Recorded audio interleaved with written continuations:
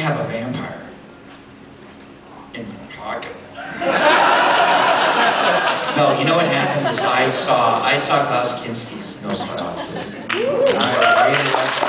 And I was in my Stephen King phase, guys. And I don't know how many of you read Salem's Lot. And maybe, perhaps, that's really right for a remake. Okay, big budget. I always thought it was Fish Out of Water. I always thought it was a New York Jew who goes to preppy, goddamn, antique collecting gay Connecticut. And they're all vampires. And they lay at night beneath the Victorian houses in the mud. And they spoon. And they push the cold mud over their paws. Because they're fucking vampires. I love that. I love it. What's the best thing about that book? And why I want to do a vampire? I want to play the reality of it. I want to be theatrical. But here's the reality. I want to walk up to a beautiful girl that I hypnotize. And I want a little plug of hair here. And I'm going to do my sit-ups. You guys can spray paint some abs on me or CGI. And I want to walk up to a girl. And I want to caress her right under her breast. I want to pull her towards me. And just before I bite her neck, I want her to smell my 500-year-old breath and vomit. That's Stephen King. That's Salem's Lot. Back. Wave your arms. Yeah, I can see one guy way in the back wave his arms. Yell it out, man. What would you say is your favorite movie you did that many of us may not have seen? Like, what's your favorite hidden gem of your entire career? You guys, here's what I just like. Now I know with hindsight, I'd love you to watch my 5-bank pool shot in Stay Hungry, directed by Bob Rafelson, starring Jeff Bridges. That's real. That's not CGI. I did that on my second take. And also in that same movie, there's 2 great fight scenes. My fight scene, where I take the most glorious punch to the nuts in the world. No, it's a really good fight scene because it's all actors, there's no stuntmen. And Jeff Bridges also has a great, and I gave Jeff Bridges one of my bits, was to jump over these stairs and hold himself up in the stairwell. And Jeff did it way better than I could do it.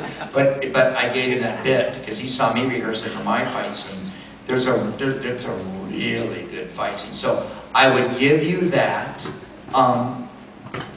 Recently, I have a couple of nice moments on a typical, classical, normal, regular Fox television series, Bones. I'm real good in that show because I'm the classic red herring. Ooh, the creepy guy. Ooh, oh wait a minute, he's not so creepy. He's sweet.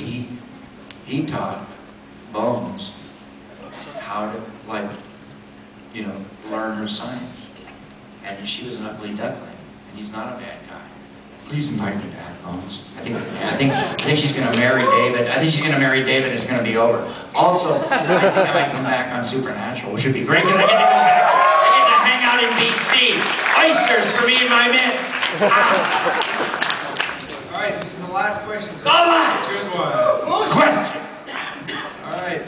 I see one guy standing up and waving. Better be about sex, that's all I can say. My question is, what was the audition process like when you first went to audition for Freddy Krueger? You know, guys, I was starring in a play with George Wendt from Cheers. And George made me go on this audition. He was a bigger fan of Wes Craven than I was. I was hanging out at a weenie. God, you guys remember New Wave? Does anybody here remember New Wave? I was hanging out at a New Wave bar, and there was this great little porcelain punk rock bartender girl, just slightly overweight, and she was so foxy.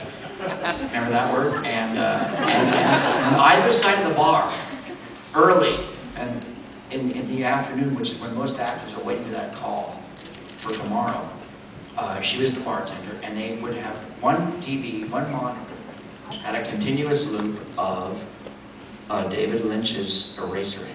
And the other monitor had a continuous loop of The Hills Have Eyes, and Last House on the Left, but it was a video transfer in black and white. So I would like sit there with, I was drinking Irish whiskey in those days, and I'd look at one, look at the other, and it was like getting really strange. So Wes Craven, I equated with David Lynch then. He was really dark and psycho, and we really, who is this guy? We considered him a really dark artist. So when I got the interview, I was hanging out at a bar with, again, Christopher Lloyd, and George Wendt, and some other guys, and we were all, and I'll tell you the name of the bar? Bellini's. Swear on my mother's grave. And I remember I had a beat-up Datsun 2000, which was called, when it first was imported to America by the Japanese, it was called a Fair Lady. Didn't sell. Guess why? Fair Lady.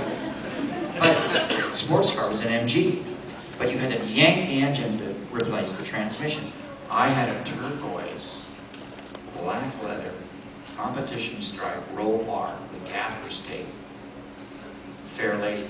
And I drove up to the audition, and in the ashtray was my buddy's cigarette butt, and I took the ash, put it under my eye.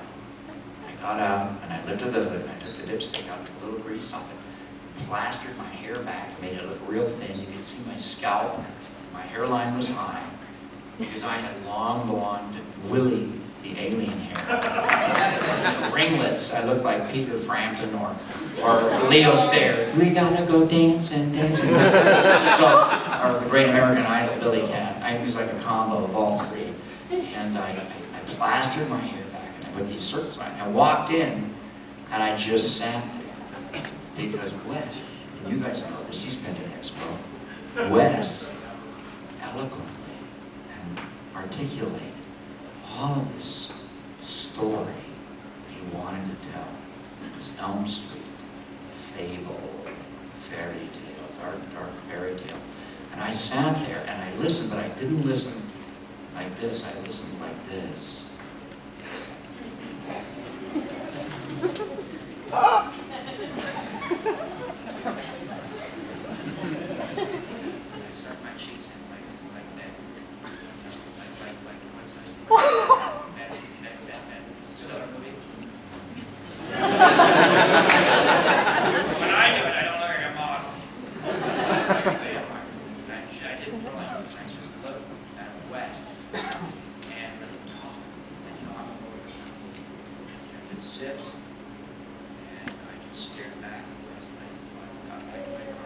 And we used to have a device back then in ancient history during the Roman wars called answering machines. And I punched my answering machine and I got the job. The rest is hysterectomy.